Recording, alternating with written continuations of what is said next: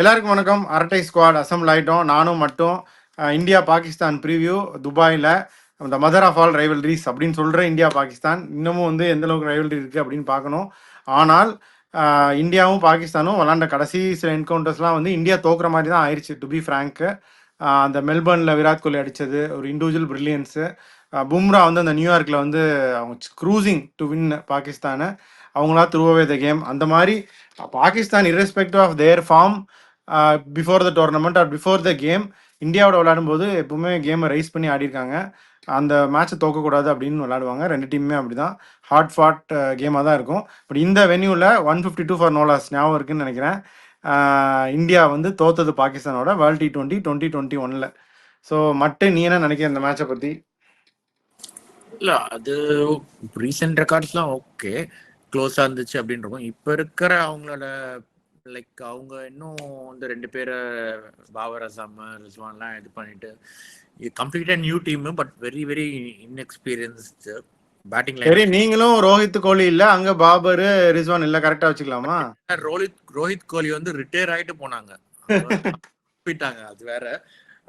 அவருக்கு ரீப்ளேஸ்மெண்டா முகமது ஹாரிஸ் வந்து last match அடிச்சாரு, ஓகே. பட் அதுக்கு முன்னாடி ஒரு 16 இன்னிங்ஸ் முன்னாடி ஒரு செஞ்சுரி, நடுவுல வந்து வெறும் ஹையஸ்ட் ஸ்கோர் வந்து 15 தான். 15 இன்னிங்ஸ்ல ஹையஸ்ட் ஸ்கோர் 15, அதுக்கு முன்னாடி ஒரு செஞ்சுரி, இப்போ ஒரு ஐ திங்க் 66 ஒரு செஞ்சுரி அடிச்சாருன்னு நினைக்கிறேன். ஸோ அந்த மாதிரி ரொம்ப okay, they have talent, okay, அதெல்லாம் okay. But Mohammad Nawaz at number 6 number 7 வந்து டூ ஹை ஃபார் ஹிம். அவர் ரீசெண்டா அடிச்சிருக்காரு எல்லாம் 20. நீங்க வந்து அக்சர் பட்டேல் நம்பர் 4 அனுப்புனா அது கரெக்ட்டா? Axar Patel is a better batsman. அதாவது T20 வைஸ் சொல்றேன். பெட்டர் ஹிட்டர் தென் என்ன சொல்றது, ஆக்சுவலா எல்லாரோட சொல்லுவாங்க டீம்ல. சரி, ஓகே, நானும் I agree with that, but just wanted to play other point of view.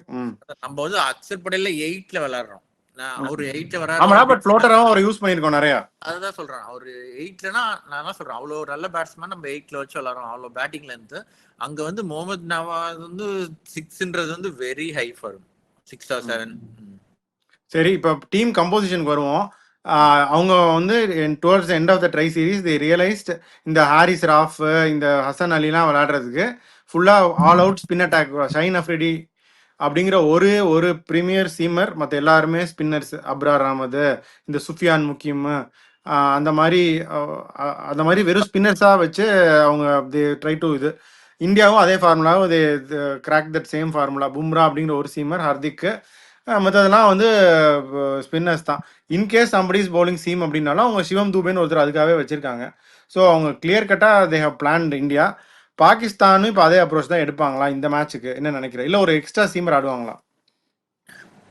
இல்லை, அவங்க ஸ்பின்னர்ஸ் நல்லா தான் பெர்ஃபார்ம் பண்ணிட்டு இருக்காங்க. மேபி அந்த ஃபஹீம் அஷ்ரப் ஸ்பாட் மட்டும் மேபி அவரு ஆல்ரவுண்டர் ஆப்ஷனா போவாங்களா, இல்ல out and right fast bowler அந்த ஸ்பாட் தான் மாறுவாங்களே தவிர. நீங்க வந்து ஹர்திக் பாண்டியாவை யூஸ் பண்ணுவீங்களா நியூ பால்ல, ஆல்ரவுண்டர் ஃபாஸ்ட் பவுலிங்? அவங்க ஃபஹீம் அஷ்ரஃப் யூஸ் பண்ணக்கூடாதா? நான் சொல்றேன், ஹர்திக் பாண்டியாவையும் ஃபஹீம் அஷ்ரஃபையும் ஆல்ரவுண்டர்னு. ஒருத்தர் வந்து சூப்பர் ஸ்டார், இன்னொருத்தர் வந்து டீம்ல இருக்காரா இருக்க கூடாதா இல்லையான்னு டிபேட் பண்றாரு. அவரையும் கம்பேர் பண்ணிட்டு இருக்க கூடாது. சரி, சிவம் தூபே ஒரு சீம் பவுலிங் ஆல்ரவுண்டரா தானே வச்சிருக்கீங்க? சிவம் தூபேவோட பவுலிங் இதுதான் எடுத்துக்கணும். அவ்வளவுதான் போடுறாரு, அவ்வளவுதான். மேபி டொமஸ்டிக்ல ஓகே, நான் சொல்றேன், இன்டர்நேஷனலி சொல்றேன்.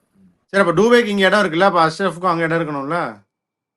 பட் தூபேவோட பேட்டிங் அபிலிட்டியும் அஷ்ரஃபோட பேட்டிங் அபிலிட்டியும் வேற. பவுலிங் ஆல்ரவுண்டர் வந்து ஒருத்தர் வந்து சிவம் தூபே மாதிரி பவுலிங் போடுறாருன்னா ஒரு ஆக்சுவலா டீம்ல இருக்க கூடாது என்ன பொறுத்த இருக்கும். பட் அவங்களுக்கு வேற ஆப்ஷன் இல்லை இப்போதைக்கு, அவ்வளவுதான். சரி, அப்ப அவங்க கம்போசிஷன் தான் என்னவா இருக்கும்ன்ற? அஃப்ரிடி பிளஸ் ஸ்பின்னர்ஸ் தானா?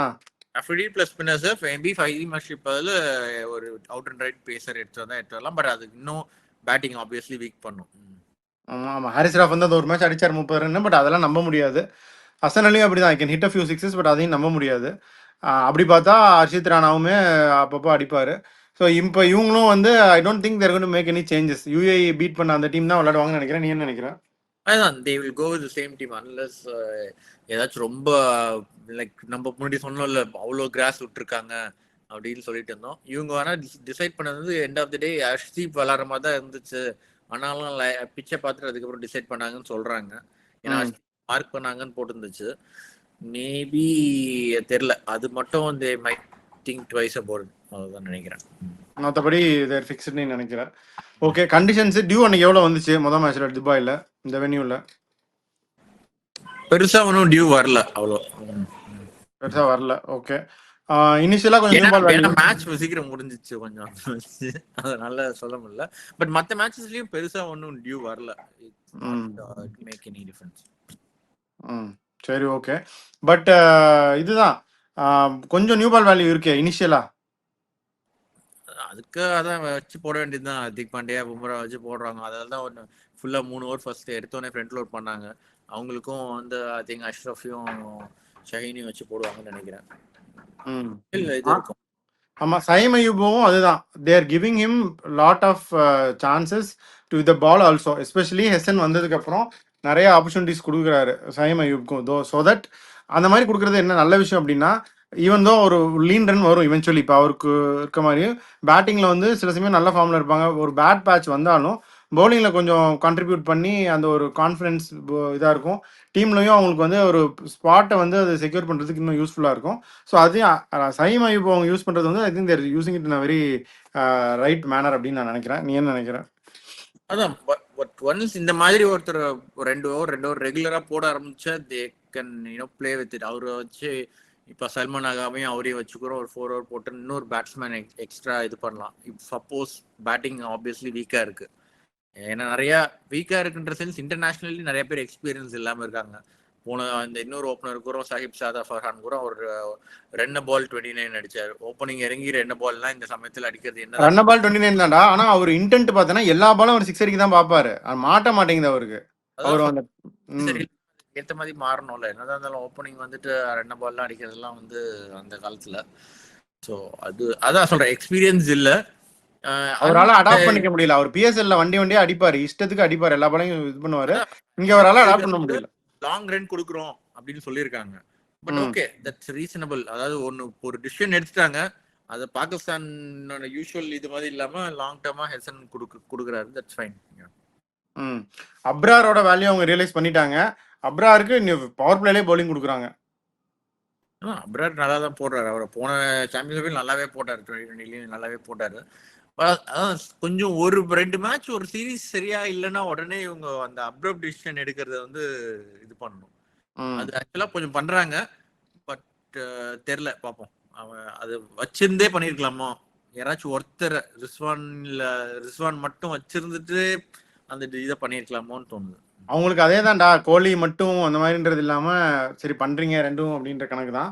சரி, மோர் ஆஃப் இன்டர்னல் இதுதான் நினைக்கிறேன். கம்ப்ளீட்டா இந்த உள்ள இருக்கிற இதெல்லாம் எடுத்து ஸ்ட்ரிப் பண்ணி எல்லாத்தையும் இது பண்ணி ஃபர்ஸ்ட்ல இருந்து ஃப்ரெஷ் இதுவா பண்ணணும்னு பாக்குறாங்கன்னு நினைக்கிறேன்.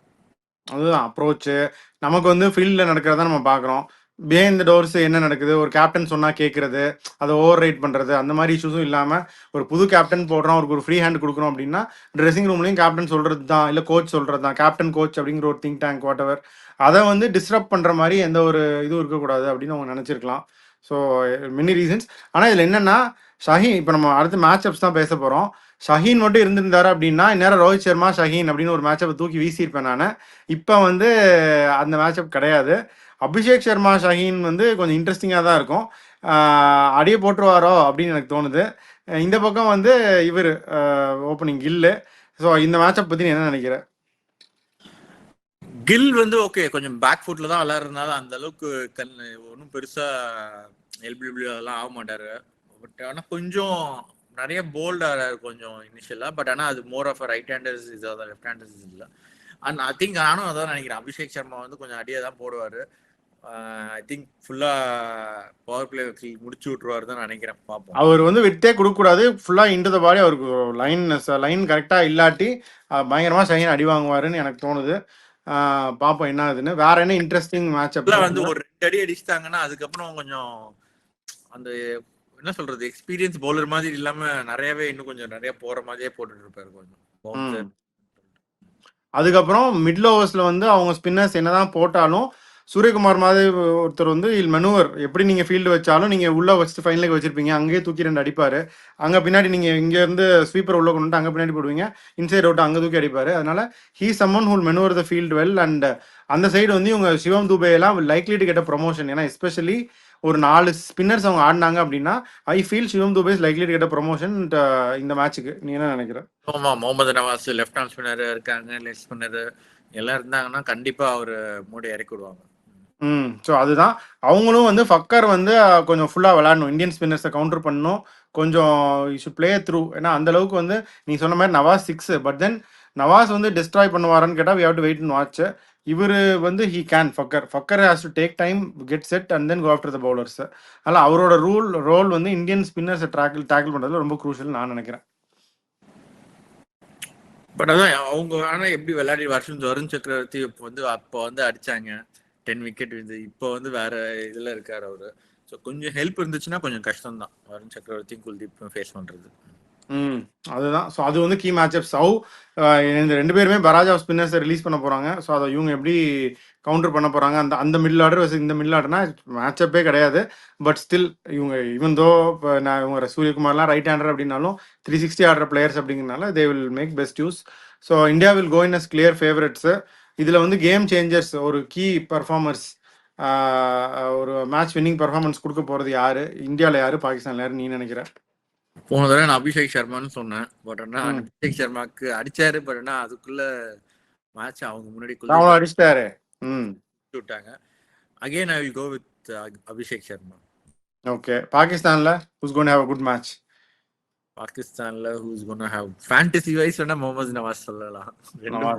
இந்த மேட்ச் யாரு ஜெயிச்சு கொடுப்பான்னு உனக்கு தோணுதுன்னு கேக்குறேன். ஃபேண்டசி அவங்க ஆப்ஷன் வந்து Abrar. Okay. In case they have to win. Okay. India பொறுத்த வரைக்கும் அதான், they have to win either Kuldeep or Varun has to இது அப்படின்னு நான் நினைக்கிறேன். பாகிஸ்தான் ஜெயிக்கணும் அப்படின்னா அதான் நான் சொன்ன மாதிரி ஃபக்கர் ஜமான் வந்து ஒரு பெருசாக ஒரு 80 அடிக்கிறான்னா that means Indian spinners are have been contained and tackle அப்படின்னு அர்த்தம். ஸோ அதுதான் கீ ஃபேக்டர் நான் நினைக்கிறேன். But India winning the match. வேற உனக்கு ஏதாவது இருக்கா இது சொல்றதுக்கு? இந்த Asia cup obviously high time favourites வந்து இந்தியா. பட் 2020 ஆப்வியஸ்லி நம்ம அந்த இது சொல்லுவோம் 2020ல என்ன வேணா நடக்கலான்னு. பட் இஃப் எவ்ரிதிங் எல்லாருமே 100% விளையாடுனாங்கன்னா it should be a cakewalk. அதான். பட் ஒரு க்ளோஸ் மேட்சாக இருந்தால் நல்லா இருக்கும். ஏன்னா ரெண்டுமே கிளாசிக். அந்த கோலி அடித்த மேட்ச்லாம் வந்து ஆல் டைம் கிளாசிக்கு. அன்னைக்கு பும்ராவோட அந்த ஸ்பெல்லும் வந்து ஆல் டைம் கிளாசிக்கு. ஸோ அந்த மாதிரி ஒரு நல்ல மேட்சாக இருக்கணும் அப்படின்னு பார்க்கலாம். அப்படியே இன்னொரு இதுவும் டிஸ்கஸ் பண்ணிடலாம். நேற்று பார்த்துருப்பேன்னு நினைக்கிறேன் 300 இங்கிலாந்து, ஃபில் சால்ட், சமாடி, பட்லர் எல்லாம் வச்சு வெளுத்து விட்டாங்க சவுத் ஆஃப்ரிக்காவை. அதை பற்றி என்ன நினைக்கிறேன்? அடிச்சா 300 அடிக்கிறாங்க, இல்லை 70 ஆல் அவுட் ஆகிறாங்க, என்ன நினைக்கிறேன்? 120 ஆல் அவுட் ஆகிறாங்க. பட் நல்ல ஒரு அடிச்சுட்டு அவர் வேற வேர்ல்ட்ல பெஸ்ட் ஆவேன் அப்படின்லாம் சொல்லியிருக்காரு. பட் ஆனால் 146 ரன்ஸ் வந்து பெரிய இதுதான். இவங்க சவுத் ஆப்பிரிக்கா வந்து நிறைய மேட்ச் இந்த மாதிரி ஹை ஸ்கோரிங்கா கொடுக்குறாங்க. பார்த்து நல்ல சீரீஸ் ஜெயிச்சுட்டு அதுக்கப்புறம் எல்லாரையும் 400 ரன் அடிங்க ஒன் டேல பண்ணாங்க. இப்போ T20ல பண்றாங்க. சவுத் ஆப்பிரிக்கன் பவுலிங் அட்டாக் வந்து இன்னும் கொஞ்சம் நல்லா போட்டிருக்கலாம். கேட்சஸ் எல்லாம் ஒன்றும் பெருசா டிராப் பண்ணலாம் இல்ல, கேட்சே கொடுக்கலாம். இதுவா தான் இருந்துச்சு அந்த மேட்ச். எக்ஸ்பீரியன்ஸ் ஹெட் ரபாடா எல்லாரும் இது பண்ணாங்க. பட் எல்லாம் என்ன இருக்கிறதுலே நல்லா போட்டது பார்த்தா வேணாமா பாக்கா 4 overs 41 அப்படின்னு அதுவே நல்லா போட்ட கணக்கு. சரி, ஓகே. ஆனால் என்டர்டெய்னிங் மேட்ச். ஸோ இப்போதைக்கு அவ்வளோதான் வியூவர்ஸ். இன்னும் நிறைய கண்டென்ட் கொடுத்துக்கிட்டே இருப்போம். ஐபிஎல் டாப் அப்பும் பண்ணிக்கிட்டே இருப்போம்.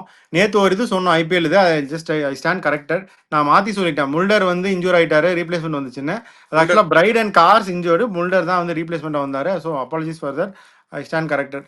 ஸோ இப்போதைக்கு இவ்வளோ தான். ஸோ பாகிஸ்தான் இந்தியா ஜெயிக்கும் அப்படின்னு எல்லாருக்குமே தெரியும். மேட்ச் நல்லா இருக்கணும் அப்படின்னு நினைக்கிறோம் நானும் மட்டும். ஸோ மேட்ச் முடிச்சிட்டும் will discuss with our squad. So bye see you all.